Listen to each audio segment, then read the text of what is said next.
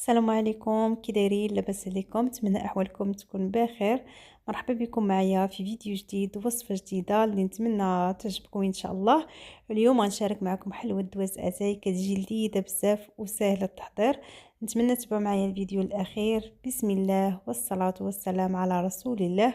وغنمشيو نشوفوا طريقه التحضير والمكونات. غناخذ واحد الاناء فاش غادي نعجنها. غندير نص كاس ديال السكر سنيده، وغندير 2 بيضات اللي نكونوا خرجناهم من الثلاجه قبل، قبيصه ديال الملح لتصحيح الذوق. بالنسبه للحلاوه نص كاس ديال السكر سنيده راه كافي، لان غنزينوها بالشكلاط في الاخر. غنخلطهم بالخلاط اليدوي مزيان. ضروري من هذه المرحله نخلطوا هكا البيض مع السكر حتى يذوب لينا السكر. غنضيف كاس ديال الزيت النباتيه وغادي نخلط اي مكون هكا زدتو كنخلط مزيان. بالنسبه لتنسيم هاد الحلوى باش ما بغيتو تقدروا ديروا الفاني او قشور حامضه او ليمونه اللي بغيتو. انا هنا غادي نسمها بالكراميل، نكهه الكراميل اللي غندير راس معلقه كيعطيها واحد اللون زوين وحتى المذاق. عندي 2 معالق كبار عامرين مايزينا. الا ما توفرتوش على مايزينا تقدروا تعوضوها بالكريم باتيسير اللي توفرات لكم.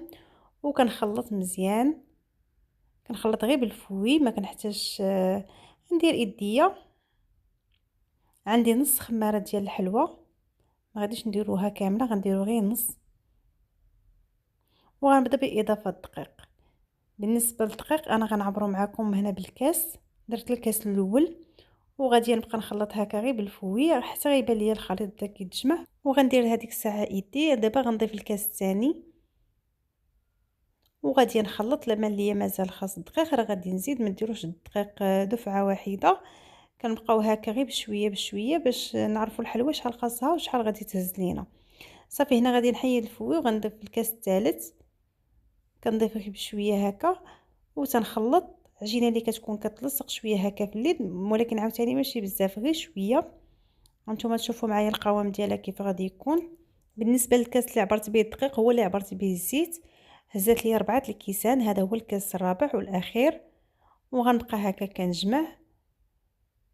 غنحيد هكا هذيك العجينه من ايديا باش كنعرف القوام ديال العجينه. كندير هكا واحد شويه دقيق في يديا باش نحيد هذيك العجينه اللي كتكون رطبه وكتكون هكا شويه كتلصق باش كتجينا ناجحه الحلوه. صافي هنا غنبدا كنكورها هكا وكنبسطها واحد شويه، لان ما غنديروا لها لا طابع لا والو. كيف غتشوفوا معايا طريقه اللي ساهله وكتجي هاد الحلوه راقيه في المنظر. حاولوا كاع تقدروا تكوروا هاد الكميه كامله وعاد تبداو تشكلوها. صافي كنكورها هكا وكنحاول نبسطها واحد شويه تنحط في الطاوه. بالنسبه للتزيين انا غادي نزين معكم هاد الحبات هادو، عاد غادي نكملها. غنجيب هاد الاطار وغادي ندير هاد الخطوط هكا كتجي زوينه. وتقدروا ديروا اي طابع توفر لكم. انا درت هذا باش هكا اللي ما توفرتش على الطابع دير هاد الطريقه هذه. وتقدروا ديروها حتى بالفم ديال الكاس، راه كتجي ساهله. ضروري هكا كتبسطوها شويه بين ايديكم باش كتجيكم مسطحه، ما كتجيكمش تاني منفوخه بزاف. وصافي وكندير لها هاد الفليحات بهاد الاطار. تقدروا كما قلت لكم ديروا حتى الكاس. الا ما توفرش لكم هذا ديروا الكاس، الفم ديال الكاس اللي شافها كيتحابها غير بالمطبع. وهي راه كيف شفتوا معايا طريقه اللي سهله وكتجي مختلفه على الحلويات اللي بالمطبع. صافي كترتبوها في الطاوله اللي غادي تدخل الفران وكتدخلوها. بالنسبه لطريقه الطياب راه كان الفران كيكون سخون قبل، كندخلها حتى كطيب، كندخلها الفوق كنخليها حتى كطيب وكتحمر. عاد كنهبطها لتحت تاخذ هذاك اللون الذهبي وصافي وتنخرجها. هنا من بعد ما طابت الحلوى كتجي على هذا الشكل، كتجي زوينه بزاف. كيف شفتوا معايا ما تخلوهاش تحرق ولا شي حاجه. هذا هو اللون اللي خاصها تكون ليه. هذاك الكراميل كيعطيها هذا اللوين زوين، لا في المذاق صراحه ولا في الشكل. صافي هنا غندوز باش نزينها معاكم. انا هنا التزيين غادي ندير ليها شوكولاط اسود هكا في الجنب ديالها. تقدروا ديروا شوكولاط ابيض او تقدروا تخليوها هي هكاك، ولا تقدروا ترشوها هكا غير بالسكر كلاصي اللي بغيتو. هاد الشكل هكا كيجي راقي في المنظر. صافي كندير الشكلاط وتنحط ضروري ديرو هكا بابي كويسون ولا الالومنيوم. انا درتها في التبصيل ولا لصقات ليا حيدتها غير بالموس. الشكلاط دغيا كينشف ضروري هكا ديروها في البابي كويسون باش دغيا تهز ليكم بسهوله. هنا التزيين راه كيبقى لكم اختياري، انا اقترحت عليكم هكا هاد الشكلاط هكا كتجي زوينه بزاف هاد الحلوه وسهله. الديا في الغفله او الكوتي ديال العشيه تقدروا حتى غتبغوا ديروا هكا الكوتي وتصايبوها راه كتوجد دغيا ما كتاخذش وقت بزاف.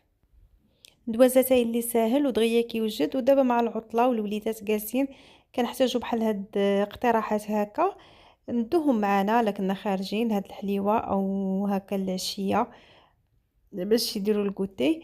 اقتراح اللي ساهل. نتمنى هاد الوصفه تعجبكم وتجربوا هاد الحليوه هذه صراحه راه كتجي لذيذه بزاف وتقدروا تنسموها باش ما بغيتو داكشي اللي كتبغيو ولا كيبغيو الوليدات نسموها به. فايت لي مشاركه معكم وحده في القناه بمذاق ديال القهوه اللي كانت عجبات بزاف البنات كانت صراحه لقات اقبال كبير. عجبات بزاف البنات وكانوا شكروني عليها وجربوها. نتمنى حتى هذه ان شاء الله تعجبكم. حتى هي جات رائعه بمذاق ديال القهوه. الناس اللي كتعجبهم المذاق ديال القهوه انا غنخلي لكم الرابط اسفل الفيديو. تقريبا نفس المكونات ما كاينش اختلاف بزاف.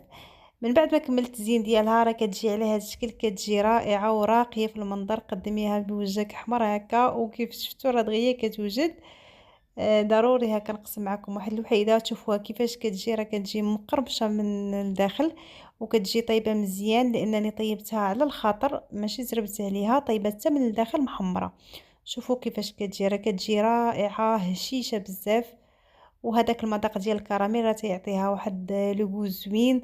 نتمنى تجربوها ونتمنى فيديو اليوم يكون عجبكم. واذا عجبكم كيف ديما ما تنسونيش من لايك الفيديو هكا باش يشوفوه ناس اخرين. واللي مازال ما مشتركاش كنقولها شاركي باش يوصلك كل جديد ديالي. والى فيديو قادم ان شاء الله.